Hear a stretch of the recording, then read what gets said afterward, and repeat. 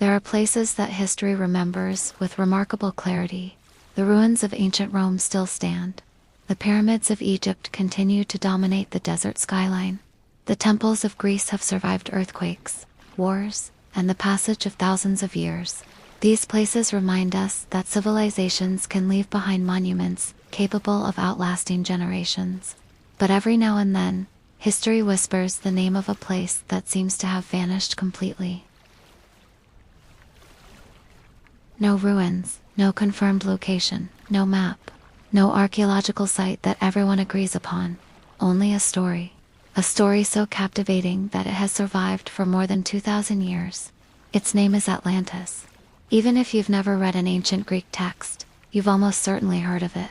Perhaps you've seen it portrayed as a magnificent underwater kingdom, filled with crystal towers and advanced technology. Maybe you've encountered stories claiming it possessed mysterious energy, flying machines, or knowledge far beyond anything known in the ancient world.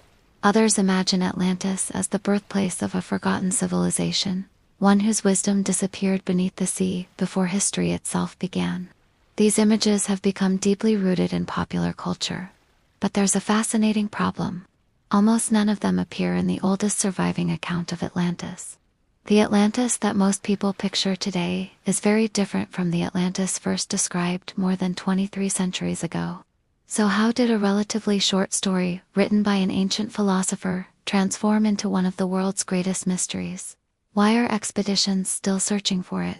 Why do documentaries, books, films, and debates continue to revisit the same question generation after generation? And perhaps most importantly, was Atlantis ever meant to be found? Tonight, we'll follow the legend back to its beginning.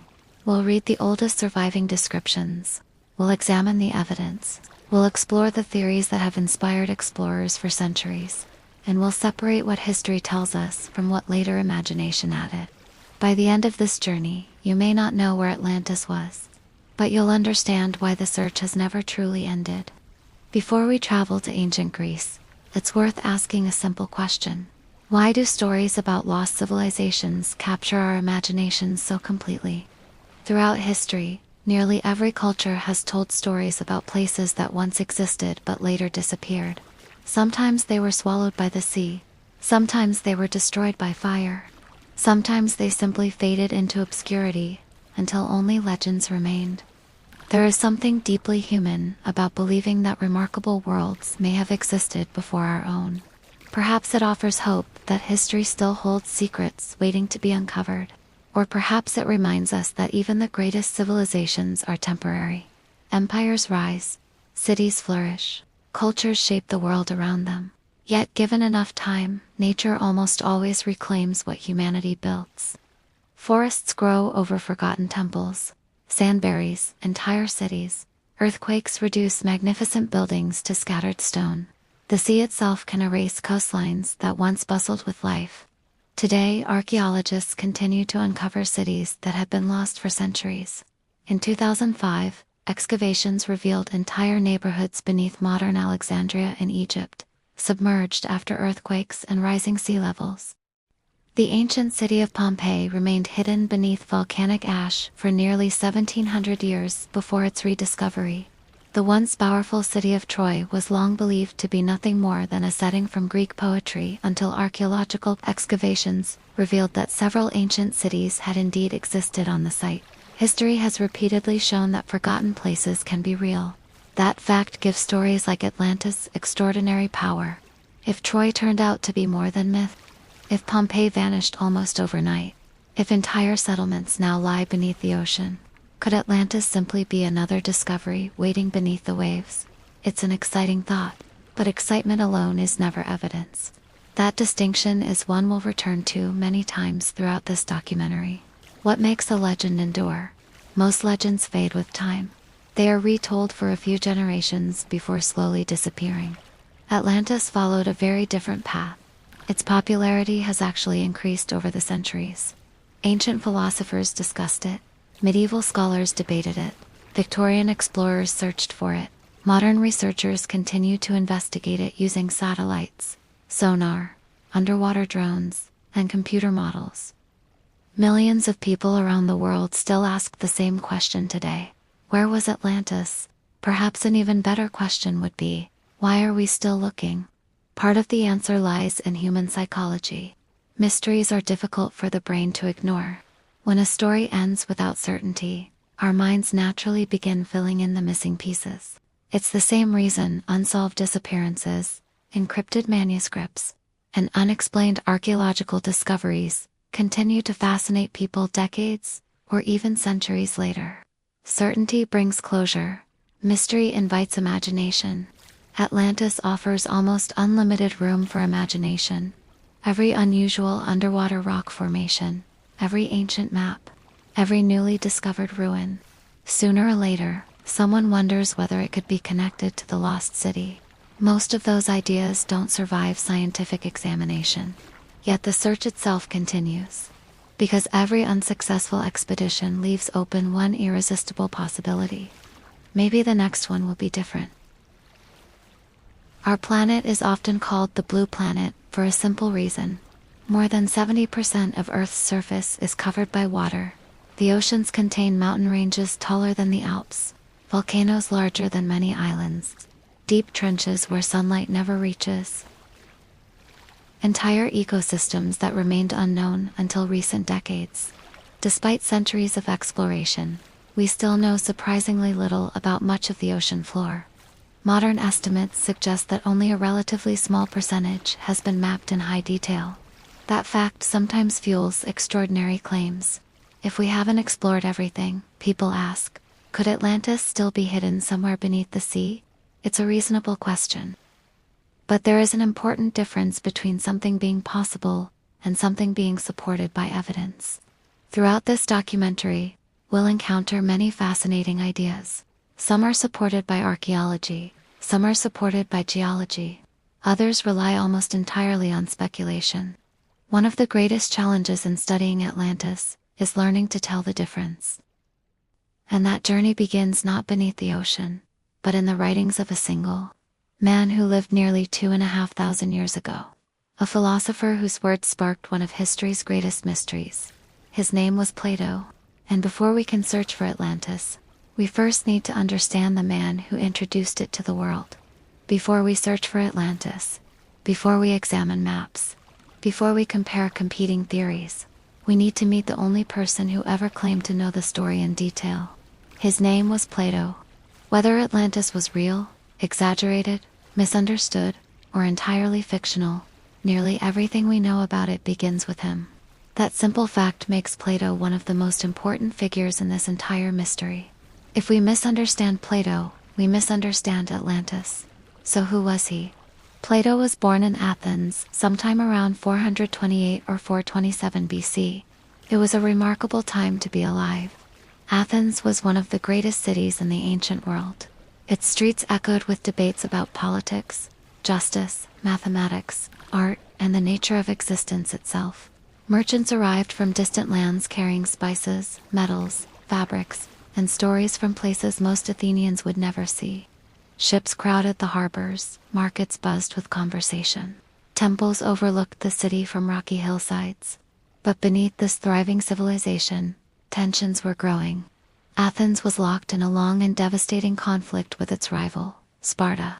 This struggle, known today as the Peloponnesian War, would last for decades. It drained resources, destroyed confidence, and reshaped the Greek world forever. Imagine growing up while hearing constant news of battles, political disputes, and uncertainty about the future. For Plato, this wasn't history, it was everyday life.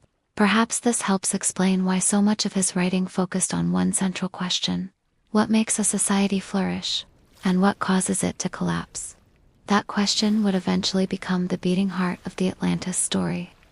When Plato was a young man, he met someone who would transform his life. A philosopher named Socrates. Unlike many teachers of his time, Socrates rarely claimed to have answers. Instead, he asked questions.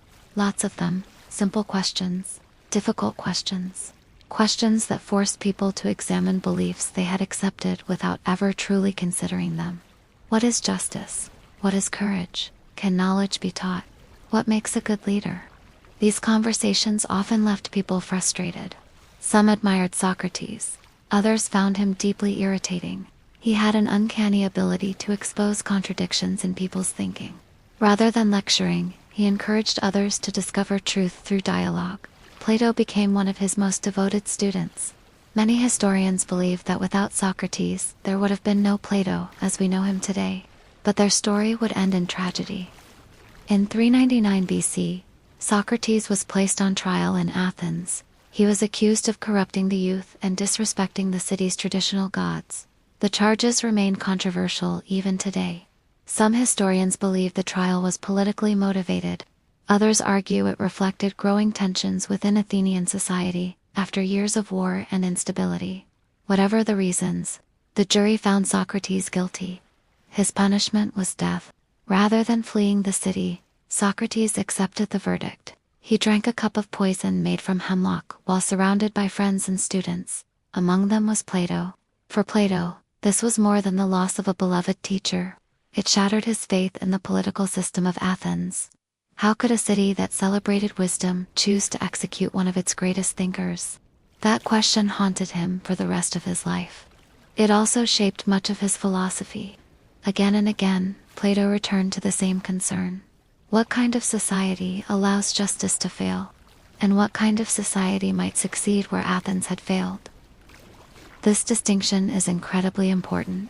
Plato was not writing history books. He wasn't an archaeologist. He wasn't recording events the way modern historians try to reconstruct the past. He was a philosopher. His goal was different. Philosophers ask questions about how people should live. What makes a government good? Can power corrupt even the most successful civilization? Is wealth dangerous without wisdom? Can a society become so confident in its own greatness that it forgets the values that made it strong?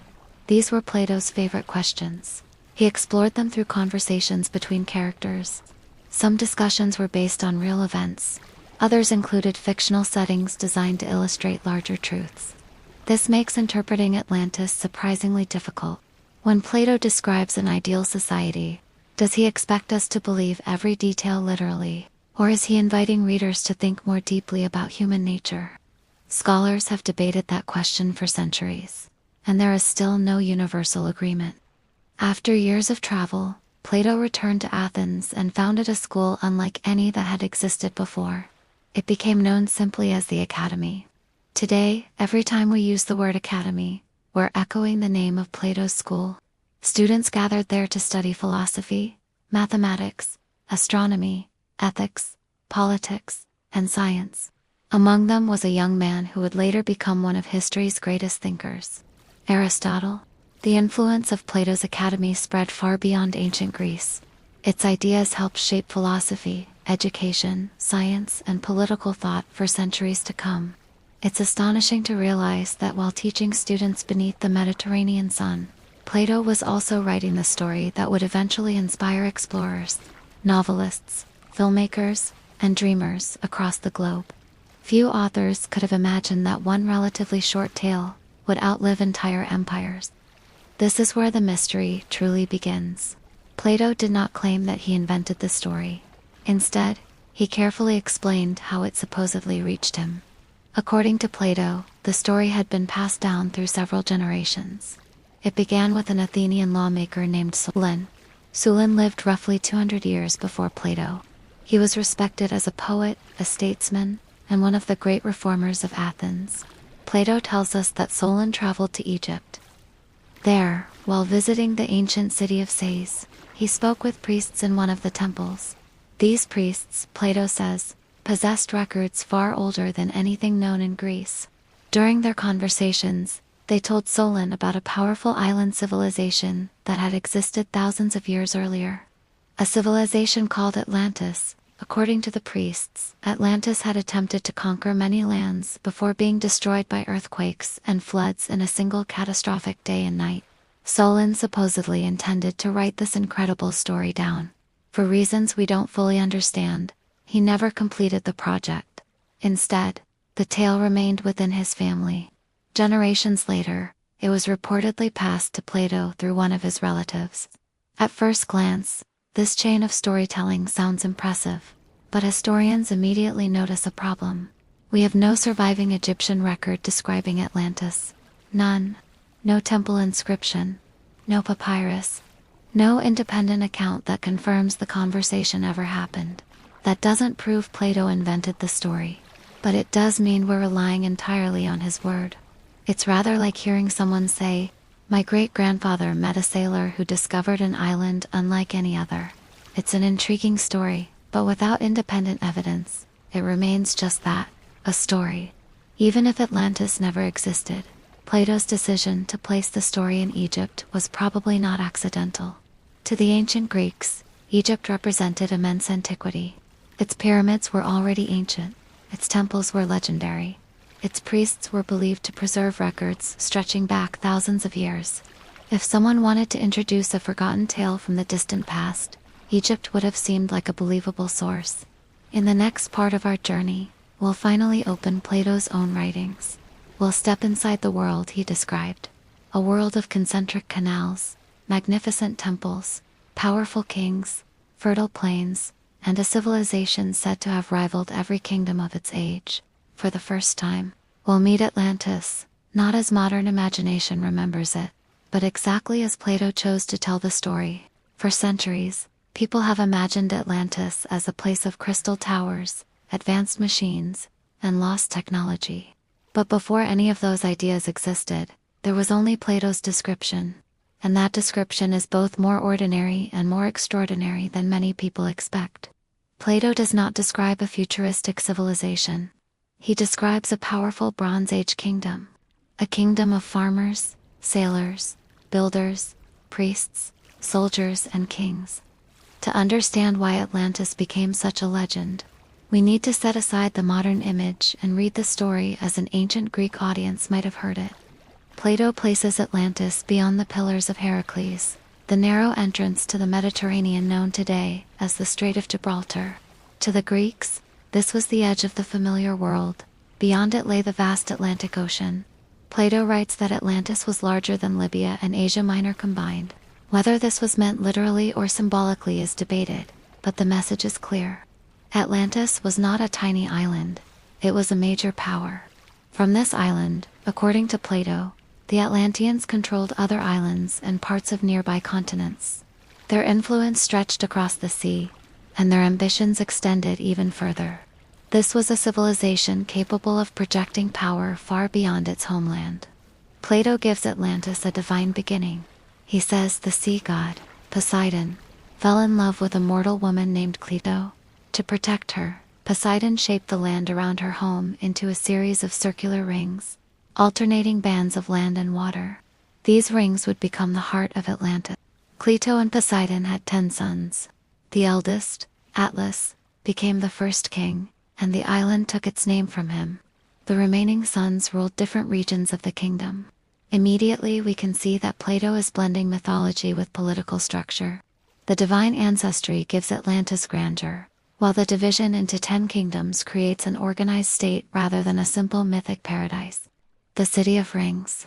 This is perhaps the most famous part of Plato's description. The capital of Atlantis was built in concentric circles. Imagine standing above the city and looking down. At the center rose the sacred island where Clito had lived. Around it ran a circular canal. Beyond that, a ring of land, then another canal dot, then another ring of land, and so on. Bridges crossed the waterways, allowing people to move between the rings. Ships could travel through channels that connected the city to the sea. Plato describes docks filled with vessels, crowded harbors, and walls covered in shining metals. For ancient readers, this would have sounded astonishing. A carefully engineered city surrounded by water, protected by concentric defenses, and connected to the ocean through a navigable canal.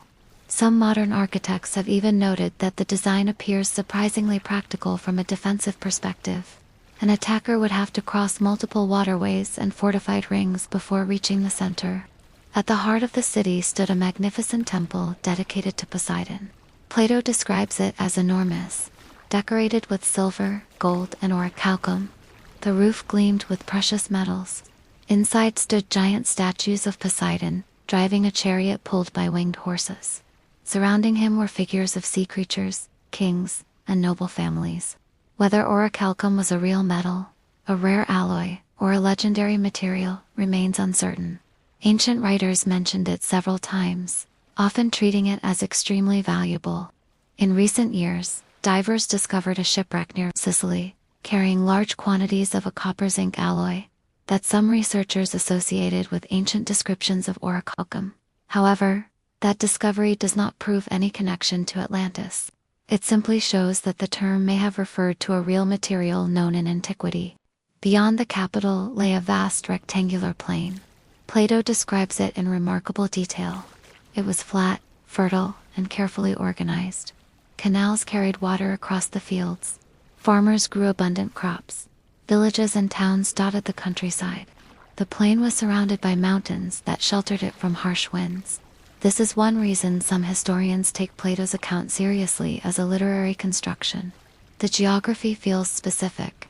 He doesn't merely say Atlantis was prosperous. He explains how it was prosperous. The description suggests agriculture, irrigation, transportation networks, and regional administration. In other words, Atlantis is presented as a functioning state. Plato lists an astonishing array of resources: gold, silver, copper, timber, elephants, fruits, grains, livestock, stone for construction. The island possessed nearly everything needed for power and self-sufficiency. Ancient societies depended heavily on access to resources. A kingdom that controlled metals, fertile farmland, forests, and trade routes would have been enormously influential. Plato's Atlantis is essentially a superpower of the ancient world. One of the most intriguing sections concerns government. The 10 kings met periodically in the Temple of Poseidon. Before making decisions, they performed rituals involving sacred bowls. They swore oaths, they judged disputes. They agreed not to wage war against one another. These passages reveal that Plato was interested not only in geography, but also in political order. Atlantis began as a society governed by laws, cooperation, and respect for divine authority. And that detail becomes crucial later, because the tragedy of Atlantis is not that it was weak. It was that it changed. According to Plato, the early Atlanteans were virtuous. They valued wisdom over wealth. They ruled justly. They remained moderate despite their power. But over generations, their divine heritage became diluted. As the human element within them grew stronger, greed and ambition began to dominate. Plato writes that they became unable to bear their prosperity with restraint. They sought more territory, more wealth, more power. To a Greek audience, this was a familiar moral lesson. Excessive pride, known as hubris, often leads to downfall. The gods eventually notice, and when they do, punishment follows. The war with Athens. Here the story becomes even more surprising. Atlantis was not merely a prosperous island, it became an aggressive empire. Plato claims the Atlanteans attempted to conquer lands across the Mediterranean. Many nations submitted, but one city resisted: Athens. Not the Athens of Plato's own time, but a much older, idealized Athens that supposedly existed thousands of years earlier. According to the story, the Athenians defeated the invading Atlanteans despite facing a vastly larger force.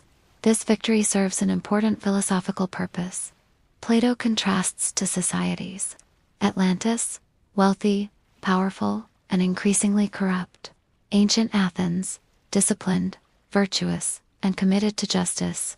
In many ways, Atlantis becomes a mirror through which Plato explores the strengths and weaknesses of civilization itself. Then comes the moment that made Atlantis famous. After the war, Plato says, extraordinary earthquakes and floods struck. In a single day and night, the island of Atlantis disappeared into the depths of the sea. The sea became impassable. Mud and debris blocked navigation. The mighty kingdom was gone. Plato offers no detailed geological explanation, no description of volcanic eruptions, no account of survivors, just sudden destruction. For readers across the centuries, those few lines were enough. An entire civilization swallowed by the ocean. It is one of the most powerful images in all of literature. And then something unexpected happens. Plato's dialogue, Critias breaks off. The story ends abruptly. We never receive the full conclusion. Perhaps Plato died before completing it. Perhaps he abandoned the project. No one knows. This unfinished ending has added another layer to the mystery. Atlantis enters history, already incomplete, a partially told story about a vanished civilization. By now, we can see why scholars disagree.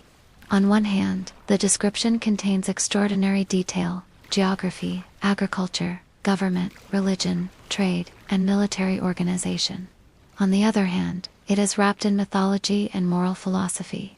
Was Plato preserving a genuine ancient tradition? Was he adapting memories of real disasters? Or was he constructing an elaborate allegory about the dangers of power and corruption? The answer remains uncertain. But in the next part of our journey, we'll leave philosophy behind and turn to archaeology. Because if Atlantis was inspired by a real event, one candidate stands above all others. A Bronze Age civilization shattered by one of the most powerful volcanic eruptions in human history. A civilization that flourished on islands in the Aegean Sea. The civilization of Crete, and the catastrophe of Santorini. For many researchers, this is where the search for Atlantis becomes more than a legend.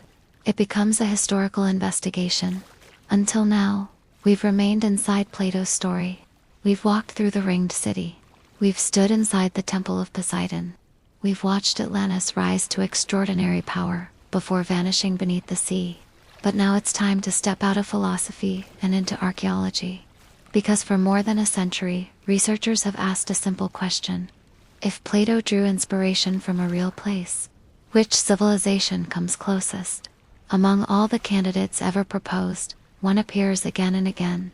The Minoans. Their civilization flourished thousands of years before Plato ever put pen to parchment. And at its height, it was unlike anything Europe had seen before. Our story now shifts nearly 4,000 years into the past. Long before classical Greece reached its golden age. Long before Rome became an empire. Long before many of Europe's famous kingdoms even existed. An advanced civilization had already taken root on the island of Crete. Today we call them the Minoans. We don't know what they called themselves. The name Minoan was given much later by archaeologists, inspired by the legendary King Minos of Greek mythology. Their cities were extraordinary for their time. They built large palaces with multiple stories. They developed complex drainage systems. Fresh water could be carried through clay pipes. Wastewater could be removed through underground channels. Some rooms even had what we would recognize today as primitive flushing toilets. To modern ears, that may not sound remarkable.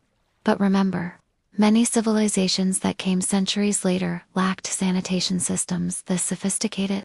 The Minoans were not only builders, they were artists. Their walls were covered with colorful frescoes depicting dolphins, flowers, athletes, ships, and ceremonies. Unlike many neighboring civilizations, their artwork often celebrated everyday life rather than warfare. Children played, people danced. Nature was everywhere. It paints a picture of a society that was prosperous, confident, and deeply connected to the sea. If you had sailed across the eastern Mediterranean around 1700 BC, there is a good chance you would have encountered Minoan ships. Their merchants traded with Egypt, with the Near East, with Cyprus, with mainland Greece. Their vessels carried pottery, olive oil, wine, textiles, precious materials, and crafted goods. Trade made them wealthy, but wealth brought influence. Many historians believe the Minoans exercised what is sometimes called a maritime empire. Instead of conquering vast territories on land, they controlled important sea routes. Their strength came from ships, not armies. This is interesting because Plato also describes Atlantis as a dominant naval power. Was that merely coincidence? Or had echoes of the Minoans survived in stories told across generations? We cannot say for certain, but the similarities are difficult to ignore. Among all Minoan sites, one stands above the rest. Nasus, the palace is immense. Walking through its ruins today, visitors find grand staircases, ceremonial chambers, storage magazines, workshops, courtyards, and residential quarters. At its height, the palace may have housed thousands of people working together in administration, religion, craftsmanship, and trade. When British archaeologist Sir Arthur Evans began excavating Nasus in 1900, the discoveries astonished the world. Europe's history suddenly became much older than many people had imagined. Colorful murals emerged from beneath the earth. Elegant pottery appeared almost intact. Intricate seals, jewelry, and tablets written in mysterious scripts revealed a civilization of surprising sophistication.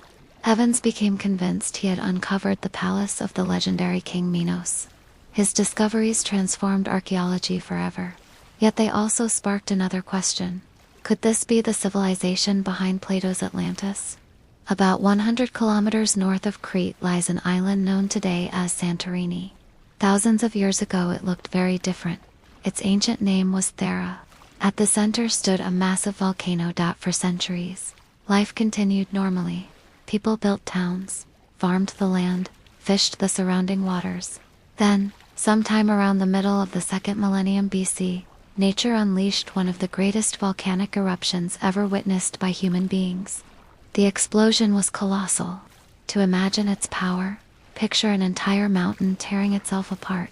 Millions of tons of ash blasted into the sky. The eruption was heard hundreds of kilometers away.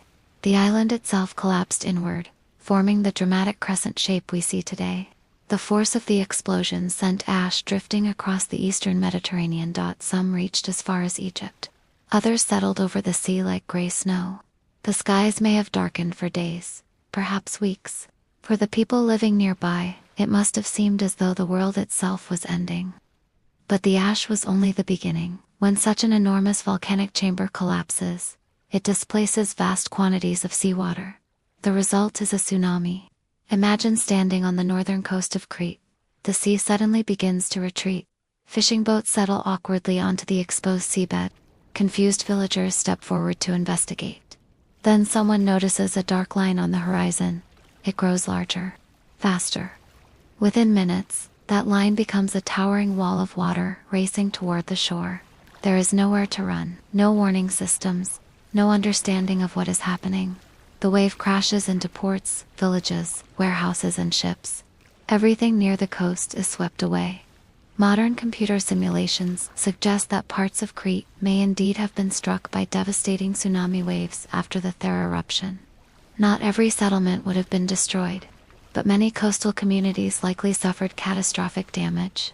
For a civilization whose wealth depended on maritime trade, that alone could have been devastating. Here's where history becomes more complicated than legend.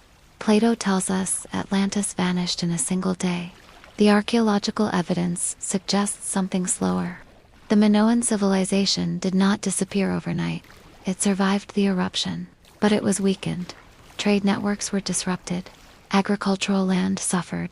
Political authority may have fractured. Within the following centuries, mainland Mycenaean Greeks expanded their influence over Crete. The once dominant Minoan civilization gradually faded. History often works this way, not with dramatic endings, but with slow, uneven decline. Still, imagine what oral tradition can do over many generations. A disaster that unfolded across decades might eventually become remembered as one terrible day. Stories have a way of compressing time. A lifetime becomes a legend. A sequence of events becomes a single, unforgettable moment. And that possibility has fascinated historians ever since. The Minoan theory is compelling because it explains many pieces of the puzzle: an advanced island civilization, exceptional wealth, powerful ships, a catastrophic natural disaster, a memory that could have echoed through generations. Yet significant problems remain. Plato places Atlantis beyond the Pillars of Heracles. Crete and Santorini lie well inside the Mediterranean. Plato dates Atlantis to around 9,000 years before Solon, far earlier than the Minoan. The layout of Atlantis doesn't perfectly match Minoan cities, and there is no evidence that the Minoans attempted to conquer the ancient world in the way Plato describes. So while the Minoan civilization may have inspired parts of the Atlantis story, few historians believe it is a perfect match. Perhaps Plato borrowed memories of real events and reshaped them into a philosophical tale. Or perhaps the similarities are coincidental. The evidence cannot yet give us a definitive answer. For more than 2,000 years, Atlantis has refused to stay in one place. Ask 10 researchers where Atlantis was, and you may hear 10 completely different answers. Some point toward islands in the Atlantic. Others search beneath the sands of southern Spain. Some believe the answer lies hidden under Antarctic ice. A few argue that Atlantis was never in the Atlantic Ocean at all. Each theory has its own evidence. Each has its own critics. And together, they reveal something fascinating. The search for Atlantis has become as much a story about humanity as it is about a lost city. We are drawn to mysteries, and when history leaves gaps, imagination eagerly steps in to fill them. Tonight, we'll travel across the globe, examining some of the most famous proposed locations for Atlantis. Some are grounded in archaeology, some are supported by geology, others belong firmly in the realm of speculation. As always, our goal is not to prove a theory right or wrong. Our goal is to understand why each theory exists, what evidence supports it, and where the unanswered questions remain. If Atlantis gave its name to the Atlantic Ocean, shouldn't it be somewhere in the Atlantic? For many people, this seems almost self-evident. After all, Plato wrote that Atlantis lay beyond the Pillars of Heracles. Beyond the Strait of Gibraltar stretches the Atlantic. It's an enormous ocean, much of which remained unexplored until modern times. For centuries, maps showed blank spaces where knowledge ended and imagination began. Those empty waters invited stories. Could an island the size of a kingdom simply have disappeared beneath the waves? In the 19th century, this idea became especially popular. Oceanographers knew relatively little about the deep Atlantic. Some even speculated about sunken continents. As underwater exploration improved, however, a clearer picture emerged. The Atlantic floor is not a flat plain hiding buried cities. It is a dynamic landscape shaped over millions of years by tectonic plates, volcanic ridges, and deep ocean trenches. One feature attracted particular attention: the Mid-Atlantic Ridge. This immense underwater mountain chain stretches thousands of kilometers from north to south. Some early writers imagined it as the remains of a drowned continent. Modern geology tells a different story. The ridge is created where tectonic plates slowly move apart. New crust forms there continuously. It is not the remnant of a recently submerged landmass. This doesn't rule out the possibility that ancient islands existed elsewhere in the Atlantic. But it does make the idea of an entire continent sinking within human history extraordinarily unlikely. Today, most geologists agree that no evidence supports the existence of a vanished continent in the middle of the Atlantic Ocean during the period when humans were building civilizations. Still, the Atlantic remains emotionally tied to Atlantis. The names themselves seem inseparable. Perhaps that alone explains why so many people instinctively look westward. Theory 2. The Azores. About 1,500 kilometers west of Portugal lies an archipelago known as the Azores. These volcanic islands rise dramatically from the Atlantic. Their green slopes, surrounded by deep blue water. Some Atlantis researchers have suggested that the Azores are the mountain peaks of a much larger landmass that once stood above sea level. The theory gained popularity because the islands sit roughly where some people imagined Atlantis might have been. At first glance, it sounds plausible. Volcanic islands do rise and sink over geological time. Sea levels have changed dramatically during Earth's history, but there is an important detail.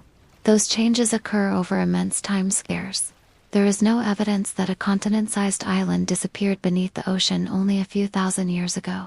Modern geological surveys have found nothing to support that idea. The Azores are volcanic islands, not the surviving mountaintops of a recently lost civilization. Even so, their isolated beauty continues to inspire speculation. Standing on one of their cliffs, surrounded by endless ocean, it isn't difficult to understand why. Theory 3. Southern Spain. Among professional researchers, one location receives more serious attention than many people realize: the marshlands surrounding Donana National Park in southern Spain. This region lies near the ancient city of Tartessos, a wealthy civilization mentioned by Greek writers. Satellite imagery has revealed circular and rectangular formations beneath the landscape. Some researchers argue these may represent ancient settlements destroyed by flooding. Could Plato have heard stories about a powerful coastal society that vanished beneath mud and water? Several archaeological teams have investigated the area. Ancient settlements certainly existed there. Flooding has repeatedly reshaped the landscape over thousands of years.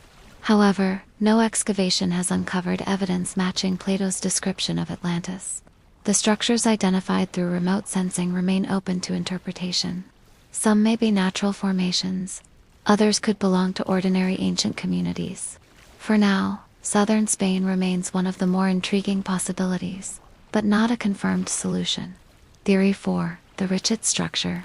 From space it looks almost unreal. A giant target carved into the Sahara Desert, nearly 40 kilometers across. Known as the Richet structure, or the Eye of the Sahara, it has become one of the most discussed Atlantis theories of the Internet age. The resemblance is striking. Plato described concentric rings.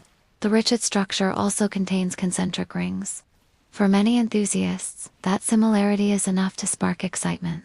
Videos comparing the two have attracted millions of views online, but geology offers a different explanation. The Richet structure formed through natural geological processes over millions of years. It is not an impact crater, nor is it the remains of an ancient city. Erosion gradually exposed layers of rock, creating the circular appearance visible today. Another challenge concerns water. Today, the structure lies deep within the Sahara Desert. Some argue the region was greener thousands of years ago. That is true. The Sahara has undergone dramatic climate shifts. Lakes, rivers, and grasslands once covered areas that are now barren desert. Even so, there is no evidence that the Richet structure was ever surrounded by an ocean matching Plato's account. It remains one of the most visually compelling theories. But compelling visuals alone are not enough. Archaeology requires evidence beyond resemblance. Theory 5. Antarctica. Few Atlantis theories are as dramatic as this one. According to some writers, Atlantis lies beneath the ice of Antarctica. The idea became especially popular in the 20th century after the development of a controversial concept called crustal displacement. The proposal suggested that Earth's outer crust could shift rapidly, carrying entire continents toward different latitudes. In this scenario, Antarctica was once warm, home to an advanced civilization, before becoming buried beneath ice. It sounds like the plot of an adventure novel. Unfortunately, modern geology does not support it. Continents do move, but they move through plate tectonics. The process is measured in centimeters per year, not sudden global shifts. Antarctica has indeed experienced warmer climates millions of years ago. At times forests even grew there. But these periods occurred long before humans evolved. No archaeological evidence has ever been found beneath the Antarctic ice, suggesting the existence of Atlantis. The frozen continent continues to inspire imagination. But at present, the evidence points firmly away from it. Theory 6. The Caribbean crystal clear water, coral reefs, submerged rock formations. It's no surprise that parts of the Caribbean have become linked with Atlantis. Stories of underwater roads and mysterious stone structures have circulated for decades. Among the most famous is the Bimini Road near the Bahamas. We'll examine it in detail later in this documentary. Some believe it represents an ancient harbor. Others see it as the remains of Atlantis itself. Marine geologists, however, generally interpret the formation as naturally fractured limestone. Nature is surprisingly good at creating patterns that resemble human construction. Still, discoveries like Bimini Road remind us of an important lesson. The ocean often preserves mysteries longer than the land. Sometimes those mysteries prove archaeological, sometimes they prove geological. Distinguishing between the two is one of the greatest challenges in underwater exploration. Theory 7. Indonesia. One of the more recent proposals shifts our attention far from the Atlantic. Some researchers have suggested that Atlantis may actually refer to a civilization in Southeast Asia. During the last ice age, sea levels were much lower than today. Large areas now submerged beneath the seas around Indonesia formed a vast connected landscape known as Sun. As the climate warmed and glaciers melted, rising seas gradually flooded these low-lying regions. Unlike the idea of a continent sinking overnight, this process is well established. Sea levels rose significantly over thousands of years. Ancient coastal communities would certainly have been displaced. Could memories of those events survive in oral tradition? It's possible. However, linking Sundaland specifically to Plato's Atlantis remains highly speculative. The geography, dates, and cultural contexts differ considerably from Plato's account. By this point, one thing becomes clear. People have searched for Atlantis almost everywhere. Every remarkable ruin, every unusual geological formation, every submerged landscape. Sooner or later, someone has wondered whether it could be the answer. Most theories eventually encounter the same obstacle. They explain one or two parts of Plato's description, but not all of it. Some match the geography, others match the catastrophe. A few resemble the city's layout, none satisfy every clue at once. Perhaps that is why the mystery has endured for so long. If there were a perfect candidate, the search might already be over. Instead, each generation inherits the puzzle anew. And with every new discovery beneath the sea or beneath the sand, the question quietly returns. Could this be Atlantis? And the next chapter, we'll leave theories behind and examine the discoveries that continue to fuel the legend. Some have been hailed as proof of Atlantis. Others have captured headlines around the world before being explained by science. We'll explore the Bimini Road, the Yonaguni Monument, mysterious underwater cities, ancient maps, and one of the most intriguing materials ever connected to Plato's story, orichalcum. The deeper we dive, the more fascinating the mystery becomes. The ocean has always inspired stories. Long before humans understood tides, underwater volcanoes, or shifting tectonic plates, the sea was seen as a place of mystery. It could provide food and trade, but it could also erase entire coastlines. Storms swallowed fleets. Earthquakes triggered waves, powerful enough to reshape the land. Over generations, memories of those disasters often became legends. So perhaps it's no surprise that whenever divers discover unusual formations beneath the sea, one familiar question quickly follows. Could this be Atlantis? Over the past century, dozens of underwater discoveries have been linked to Plato's lost civilization. Some were announced with enormous excitement. Newspapers declared that Atlantis had finally been found. Television documentaries promised groundbreaking revelations. Social media transformed uncertain hypotheses into apparent certainty. Yet science rarely moves so quickly. Real archaeology is patient, careful, sometimes frustratingly slow. Every remarkable discovery must survive years of examination before researchers can confidently explain what it is. Let's explore some of the most famous examples. The Bimini Road. About 80 kilometers off the coast of the Bahamas, lies one of the most famous underwater formations ever associated with Atlantis. Known as the Bimini Road, it consists of large, flat stone blocks arranged in what appears, at first glance, to be an ancient roadway. When divers first documented the site in the late 1960s, excitement spread rapidly. The stones seemed unusually regular. Some looked almost cut by human hands. Others appeared carefully aligned. To believers, this looked exactly like the remains of an ancient harbor or seawall. Some even claimed the discovery fulfilled a prediction made by the American psychic Edgar Cayce, who had suggested that evidence of Atlantis would emerge near Bimini during the late 20th century. For many people, the timing felt extraordinary. But archaeologists approached the discovery differently. Rather than asking what they hoped it might be, they asked what the evidence actually showed.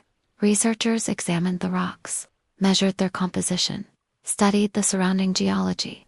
Over time, most geologists reached the same conclusion. The stones are made of beach rock, a natural limestone that forms along tropical coastlines. As the rock fractures over thousands of years, it often breaks into surprisingly regular rectangular shapes. Ocean currents then expose and rearrange sections of the formation, creating patterns that can appear remarkably artificial. In other words, nature may have built something that resembles a road. Does everyone agree? Not entirely. A small number of researchers continue to argue for human involvement. But at present, the overwhelming scientific consensus is that the Bimini Road is a natural geological formation. It's a reminder that our brains are remarkably good at recognizing familiar patterns. Sometimes, we see roads where geology sees fractured stone. The Yonaguni Monument. Half a world away, another mystery waits beneath the sea. Near the Japanese island of Yonaguni lies an immense underwater rock formation. Unlike the Bimini Road, this one appears almost architectural. Flat terraces, sharp angles, wide steps, vertical faces. Seen from certain viewpoints, it resembles a gigantic pyramid carved directly into bedrock. Divers who visit the site often describe the experience as surreal. Some leave convinced they have seen the remains of a forgotten civilization. Others return equally certain they have witnessed one of nature's greatest illusions. The debate has continued for decades. Supporters of the archaeological interpretation argue that some features seem too precise to be entirely natural. They point to straight edges, platforms, and what appear to be carved passages. Some even suggest the monument could date back more than 10,000 years, before rising sea levels submerged the region. Many geologists disagree. They note that the sandstone in the area naturally fractures along straight lines. Earthquakes, erosion, and ocean currents can produce surprisingly geometric landscapes without any human intervention. Today, there is no broad scientific agreement that the Yonaguni Monument was built by people. It remains one of the world's most fascinating underwater mysteries.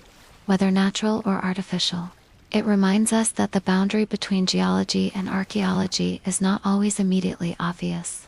Sunken cities that really exist. By now, you might wonder whether entire cities have ever disappeared beneath the sea. The answer is yes, many of them. Unlike Atlantis, these places are supported by archaeology rather than legend. Off the coast of Egypt lie the submerged remains of ancient Thanissar. Once a thriving port, the city gradually sank due to earthquakes, unstable ground, and rising sea levels. Today, divers can explore enormous statues, temples, inscriptions, and streets preserved beneath the water. Near India, underwater investigations have uncovered ancient structures linked to long-forgotten settlements. Along the Mediterranean coastline, changing sea levels have submerged ports that once bustled with trade. Even parts of the ancient city of Alexandria now rest beneath the sea after centuries of earthquakes. These discoveries teach us something important. Cities really can disappear beneath the ocean, not because of magic, not because of divine punishment, but because coastlines change. The earth is constantly moving, rivers shift, earthquakes reshape landscapes, volcanoes create islands while erosion slowly destroys them. The ocean is not fixed. Over thousands of years, it is a patient architect. Ancient maps and forgotten knowledge. Throughout history, certain maps have inspired extraordinary claims. One of the most famous is the Piri Reis map, created in the early 16th century by the Ottoman Admiral Piri Reis. Some writers have claimed the map shows Antarctica centuries before its official discovery. Others argue it preserves knowledge inherited from an advanced lost civilization. When historians examined the map carefully, however, a different picture emerged. Piri Reis himself explained that he compiled information from numerous older maps available during his lifetime. Most scholars conclude that the supposed Antarctic coastline is more likely a distorted representation of South America. The map is undeniably impressive, but it does not require Atlantis to explain its existence. Still, stories like this reveal something fascinating. People often look at genuine historical mysteries and connect them to Atlantis. Sometimes those connections survive in popular culture long after specialists have reached more ordinary conclusions. The mystery of orichalcum. Earlier, we encountered one of the most unusual details in Plato's description, a metal called orichalcum. Plato described it as one of Atlantis's greatest treasures.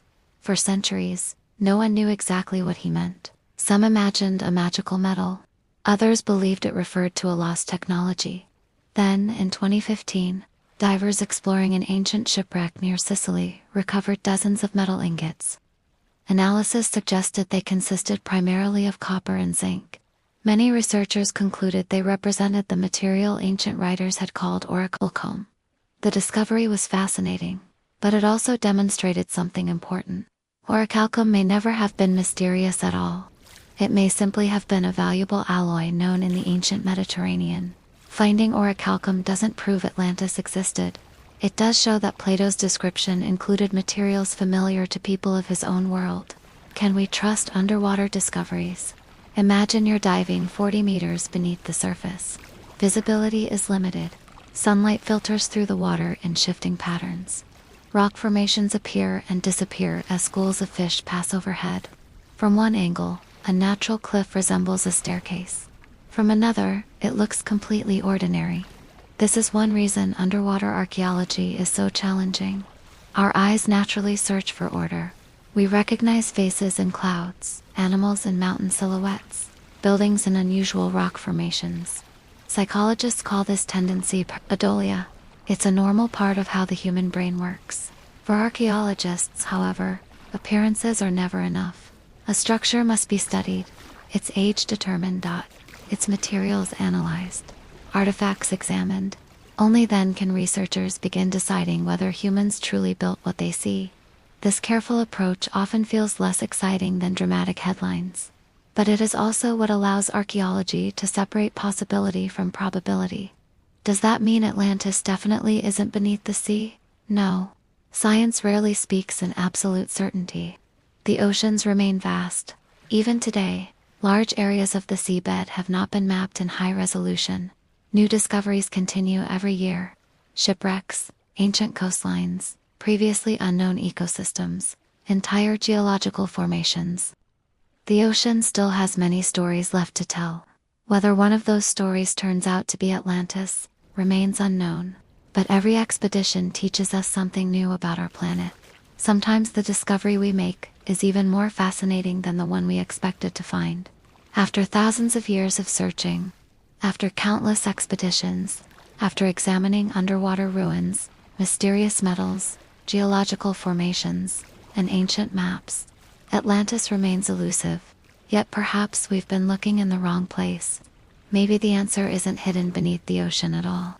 Maybe it's hidden within humanity itself. Because Atlantis is not the only civilization said to have vanished in a great flood.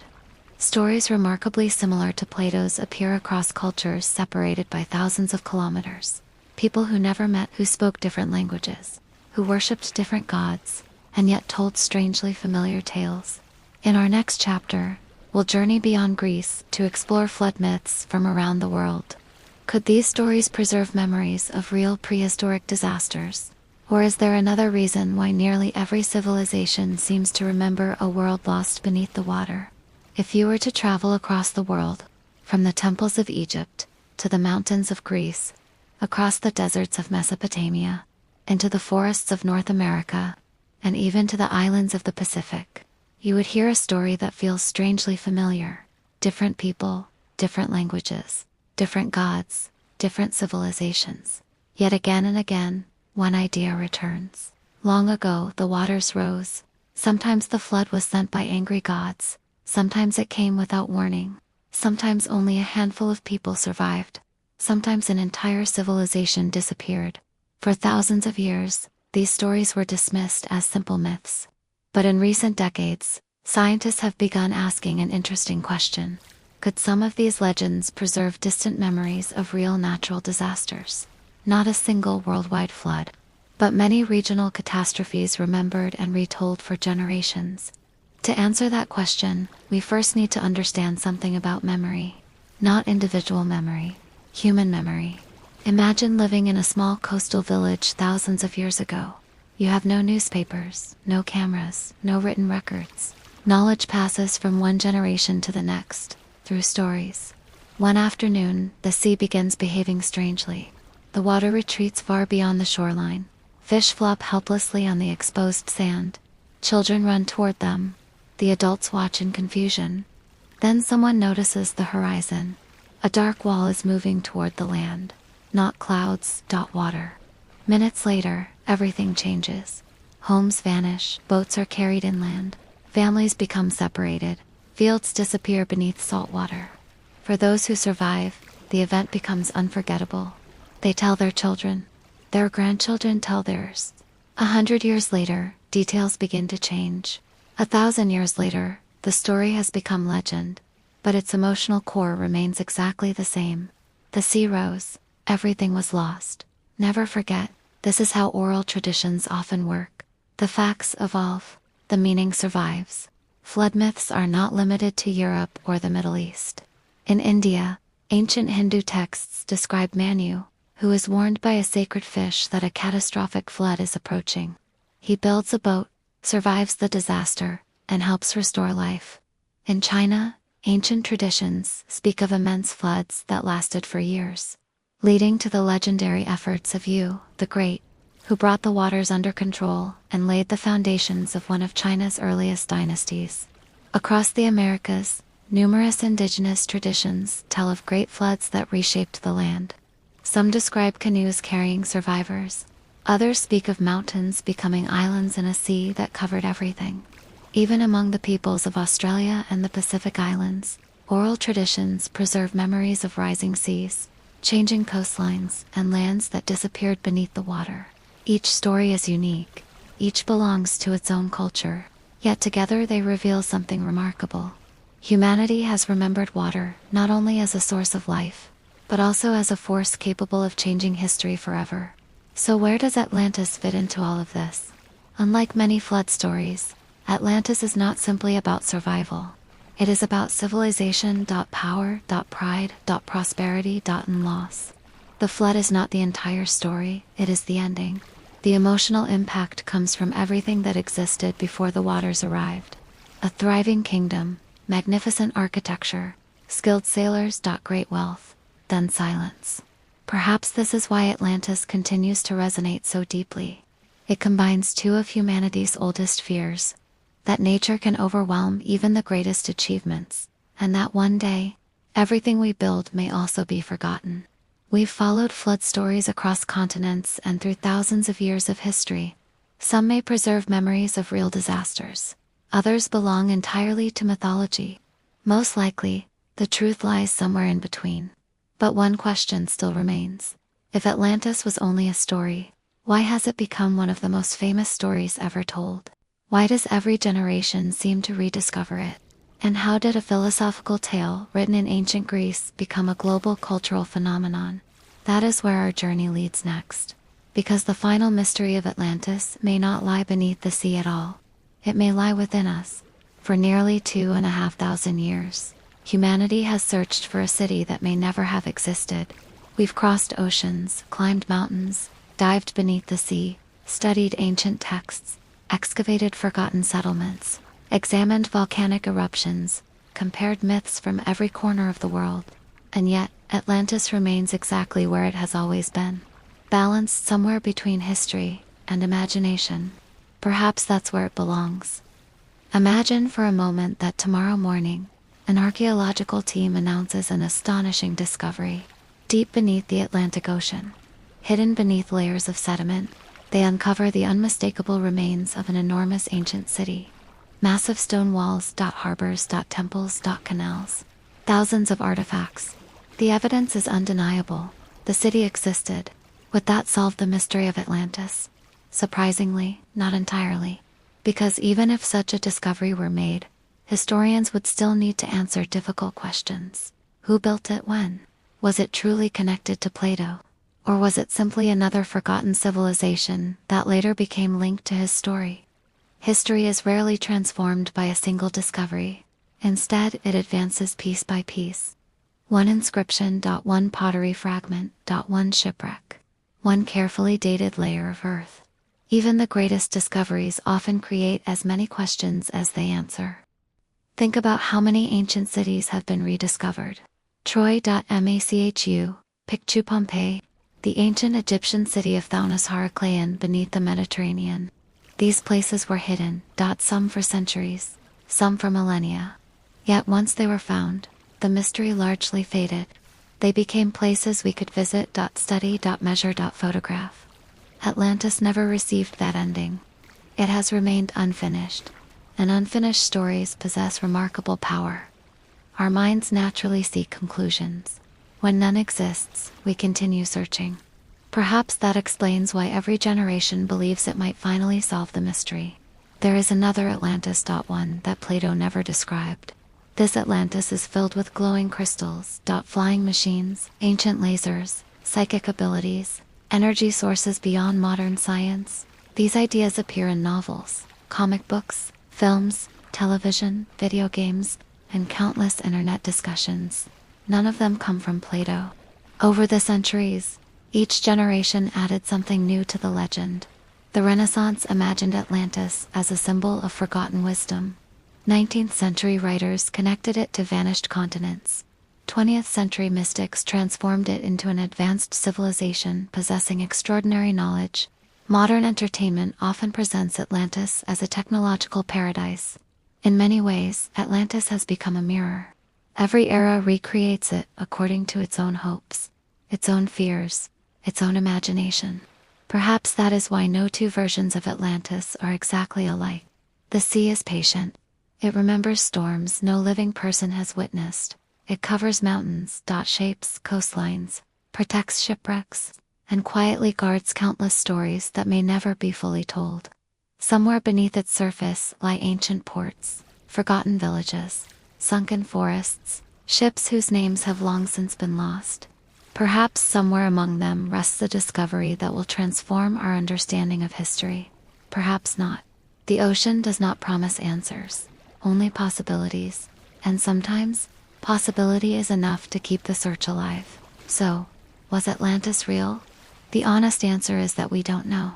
There is no archaeological evidence proving that Plato's Atlantis existed exactly as he described it.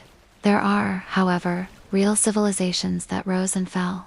Real volcanic eruptions that devastated entire regions. Real cities now resting beneath the sea. Real flood traditions shared by cultures across the world. Perhaps Atlantis is a memory woven from many threads. A philosopher's lesson stitched together with echoes of genuine history. Or perhaps it is one of literature's greatest achievements. A fictional city so convincing that humanity has spent more than 2,000 years trying to find it. Whatever the truth may be, the search itself has already given us something valuable.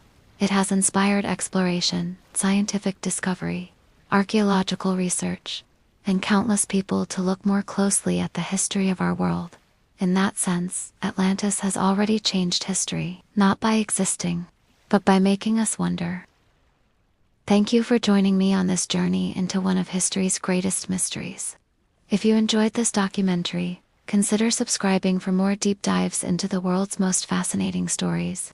In our next episode, we'll explore another enduring mystery, separating history from legend, and following the evidence wherever it leads.